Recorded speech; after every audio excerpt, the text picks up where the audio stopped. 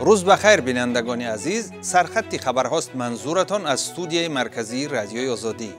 در تخمینا 10 دقیقه بعدی در برابر دیگر موضوعها از اشغال 2 شهر شمال افغانستان از سوی طالبان، تفصیلات جنجال میان جوانان تاجیک و چچن در ولایت مسکو و طلبات مایکوبی ضد کرونا ویروس برای رانندگان نقلیات جمعیتی تاجیکستان معلومات می‌دهیم. طالبان سلاح به دست بناهای کلیدی حکومت شهر شمال و شرقی قندوز را اشغال نمودند. روز یکشنبه با تصدیق این خبر، یک وکیل شورای ولایتی قندوز به خبرنگار ریترز گفت نیروهای دولتی تنها پایگاه نظامی و فرودگاه را در اختیار دارند. آخر هفته گذشته حمله های طالبان در سراسر افغانستان با اشغال یک عده مرکزهای مهم و از جمله بناهای حکومتی شهر قندوز، مرکز ولایت قندوز هممرز با تاجیکستان و ولایت سرپول انجام گرفت. طالبان نوار ویدیو از داخل بناهای حکومت شهر قندوز را به ریترز تقدیم کرده‌اند. پایگاه پلیس هم زیر نظارت طالبان بوده است. ولی وزارت مدافع افغانستان اظهارات پخش نموده ابراز داشته است که عملیات پاکسازی قندوز از طالبان آغاز شد و برخوردهای وزنین جریان دارند. قندوز با 270,000 اهالیش در منطقه از نقطه استراتژی مهم قرار دارد. رهبری گذرگاه فاتح آباد از مقامش برکنار شده است. در پی شکایت‌ها از پولستانی در این گذرگاه مهم میان تاجیکستان و ازبکستان، در هیئت رهبریت این گذرگاه تغییرات کلان آمده است. خبرنگاران رادیوی آزادی در ولایت سوخت این خبر را تحقیق دارند و تفصیلات بیشتری در این باره نشر خواهیم کرد. یادآور می‌شوم که صدها نفر روز 28 ایول در گذرگاه مرزی تاجیکستان و ازبکستان فاتح آباد و یا اویبک جمع آمده خواهان گذشتن از سرحد شده بودند. مقامات به ساکنان گفتند سرحد بسته است و برای گذشتن از آن اجازه یا دعوت رسمی از ازبکستان ضرور است. اما به ادعای بعضی از خواهشمندان عبور سرحد، گروه بدون هیچ سند از مرز گذشت.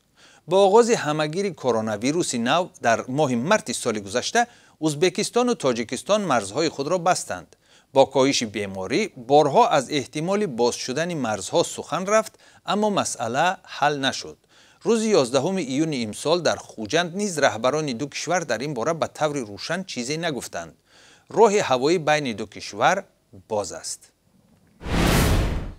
وزارت تندرستی تاجیکستان اطلاع می‌دهد که آخر هفته گذشته در جمهوری 138 نفر دیگر گرفتار کرونا ویروس شدند. با همین شماره عمومی سرایت کرونا ویروس در تاجیکستان به 15651 نفر برابر شده است. به قول وزارت، از آغاز پاندمی در تاجیکستان 122 نفر از سرایت کرونا ویروس و یا بیماری کووید 19 به هلاکت رسیدند. آخر هفته گذشته 157 نفر از بیماری کووید شفا یافتند و شماره عمومی شفا یافتگان به 15193 کس برابر شده است. طبق اطلاع وزارت تا 4 اوگوست در تاجیکستان بیش از 1,013,000 نفر مایکوبی شدند و از این میان 80,250 کس 2 دفعه واکسینه گرفتند. در قرقیزستان سر از 9 اوگوست استفاده واکسین استرازنیکا بر ضد کرونا ویروس دوباره به راه مانده می شود. از وزارت حفظ تندرستی قرقیزستان گفتند بعد آنکه یک ساکن ولایت جلال آباد در پی گرفتن واکسین استرازنیکا تأثیر منفی برداشت، کمیسیه تأسیس شد و این حادثه را آموخت. وزارت خبر داد که از بین 90 نفر واکسینه گرفته 4 تن تأثیرات منفی برداشتند. کمیسیه به خلاصه رسیده است که تأثیرهای منفی در پی واکنش‌های مربوط به ترس و هراس از واکسینه سر زدند و جدی نیستند. ماه ایول آذربایجان همچون کمک بشری به قرقیزستان 40,000 واکسین استرازنیکا ارسال کرد. روز 22 ایول واکسینه زنی با استرازنیکا در قرقیزستان به راه مانده شد.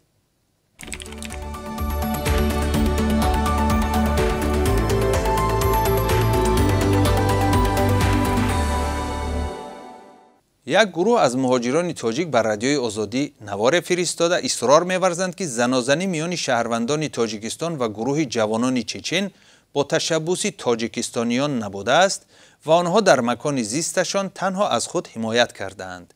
خبرگزاری‌های روسیه سبب زنازنی را برخورد منفعت‌ها در تجارت عنوان دادند. در زنازنی هفته گذشته از هر دو طرف ده‌ها نفر اشتراک کردند. جانب‌ها از کلتک و سلاح سرد و سلاح آتشفشان هم استفاده بردند. رسانه‌های روسیه نوشتند که بر اثر زد و خورد 3 جوان چچن با جراحت‌های وزنین جسمانی به بیمارستان انتقال یافتند. پلیس مسکو یک جوان تاجیک را با اتهام رسانیدن جراحت با سلاح سرد دستگیر کرده است. ماه‌های اخیر چند زنازنی دسته‌جمعی با اشتراک مهاجران رسانه‌ای شد و منصبداران روس طلب دارند که مهاجران شریک در این برخوردها به وطنهایشان اخراج کرده شوند. خبرگزاری‌های روسیه اطلاع می‌دهند که در شهر و ولایت مسکو تفتیش دائمی مهاجران شروع می‌شود. اجرای این عمل به عهده بازرسی دولتی و گواردیای ملی روسیه واگذار شده است. همین منبع می‌افزاید 14 آگوست در پایتخت و ولایت مسکو تفتیش رانندگان زیر عنوان راننده تاکسی آغاز می‌شود. گفته می‌شود که این بخشی از بازسازی نظام کار رانندگان تاکسی میباشد. در یک عده استان و جمهوری‌های روسیه مهاجران اصلاً حق ندارند به حیث راننده تاکسی کار کنند. حزب حاکم لیبرال دموکراتی ازبکستان نامزدی پرزیدنت فعلی این کشور شوکت میرزیویو را همچون نامزد برای اشتراک در انتخابات پرزیدنتی این کشور در تاریخ 24 اکتبر پیشنهاد کرد. قرار روز 7 آگوست در تاشکند گرفته شد. میرزیویو 64 ساله به این قرار حزب واکنش نکرده است، هرچند انتظار می رود که او بار دوم رهبر این کشور خودکامه در آسیای مرکزی انتخاب شود. میرزیویو در سال 2016 پس از مرگ رهبر اولین ازبکستان اسلام کریموف به سر قدرت رسید. او یک برنامه نظررس اصلاحات اقتصادی را آغاز کرد و بعضی محدودیت‌های آزادی‌های مذهبی و واسطه‌های اخبار عموم را از بین برد. 4 حزب سیاسی دیگر که در پارلمان نمایندگی می‌کنند، علیه نامزدهای پرزیدنتی را پیشبری کردند. سلام، اگر خط و خبر می‌خواهید ما داریم. نوید بامدادی، سرخط خبرها، اخبار تاجیکستان و جهان، گزارش‌ها و تحلیل‌ها. چی می‌گذرد و چرا؟ دانستن فهمیدن است. ضمیمه یا اپ ما را بگیرید. در حالی که مخالفین رژیم الکساندر لوکاشنکو در شهر کیف به اعتراضها در رابطه با اولین سالگرد انتخابات او آمادگی می‌گیرند، اتحاد اروپا میگوید آماده است تحریم بلاروس را وسیع‌تر کند. در این باره روز یکشنبه جوزپ بورل، طرحریز سیاست خارجی اتحاد اروپا خبر داد. دعواهای پیروزی در انتخابات پرزیدنتی 9 آگوست سال 2020 را مخالفین لوکاشنکو و کشورهای غربی نپذیرفتند. در این مدت اتحاد اروپا بلاروس را مورد تحریم قرار داده، از لوکاشنکو طلب کرده است که تعقیب مخالفین را خاتمه بخشد و شرایط را برای انتخابات نو فراهم آورد. در یک سال گذشته مقامات بلاروس اعتراضهای مردمی را با استفاده از نیرو پخش نموده، صدها مخالف رژیم را از کشور اخراج و یا در محبس‌ها جای داده‌اند. حکومت بلاروس صدها مؤسسه غیر دولتی را بسته، اکریدیتاسیون خبرنگاران را لغو کرده است.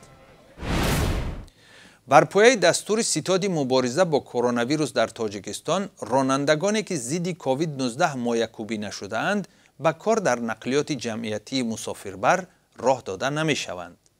در صحبت با خبرگزاری آزیا پلوس، کارخانه دوشنبه نقلیات خدمات رسان این خبر را تصدیق کرده افزوده است استثنا فقط راهبران میباشند که طبق دستور طبیبان گرفتن واکسن برایشان ممکن نیست. خبرگزاری آزیا پلوس با نشر این اطلاع افزوده است که بعضی دانشگاه‌های تاجیکستان هم از قبول داوطلب‌هایی که مایع‌کوبی نشده اند خودداری می‌کند.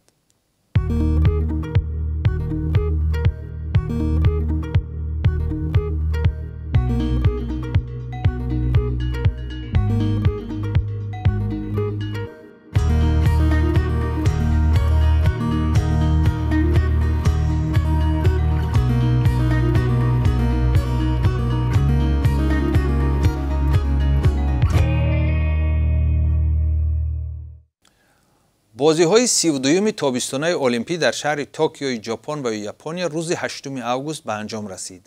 در این مسابقات که 23 ایول شروع شده بود، بیش از 11,000 ورزشگر از 204 کشور و اینچنین دسته پناهندگان شرکت کرده در 33 رشته ورزش برای 339 مجموعه مدال‌ها مبارزه بردند. از روی نتیجه‌گیری مسابقات در این المپیاده ورزشگران 93 کشور مدال به دست آوردند. از آن جمله نمایندگان 65 کشور با مدال‌های طلا سرفراز شدند. در المپیادای توکیو 2020 از روی حساب عمومی مدال‌ها و هم با نظرداشت صفت آنها منتخب ایالات متحده آمریکا مقام اول را از آن خود کرد. ورزشگران آمریکا 113 مدال از آن جمله 39 نشان طلا، 41 نقره و 33 برنجی به دست آوردند. حالا برایتان درباره قرب رسمی اسعار خارجی در تاجیکستان معلومات می‌دهم. امروز 9 اوگوست بانک ملی $1 را 11 سومانی و 32 درم و یک ریورو را 13 سومانی و 37 درم مقرر کرده است. قرب 1000 روبل روسی به 154 سومانی و 30 درم پایین آمده است. بینندگان عزیز، در همینجا صحبت حاضره به پایان میرسد. تا دیدار نوبتی خود را احتیاط کنید.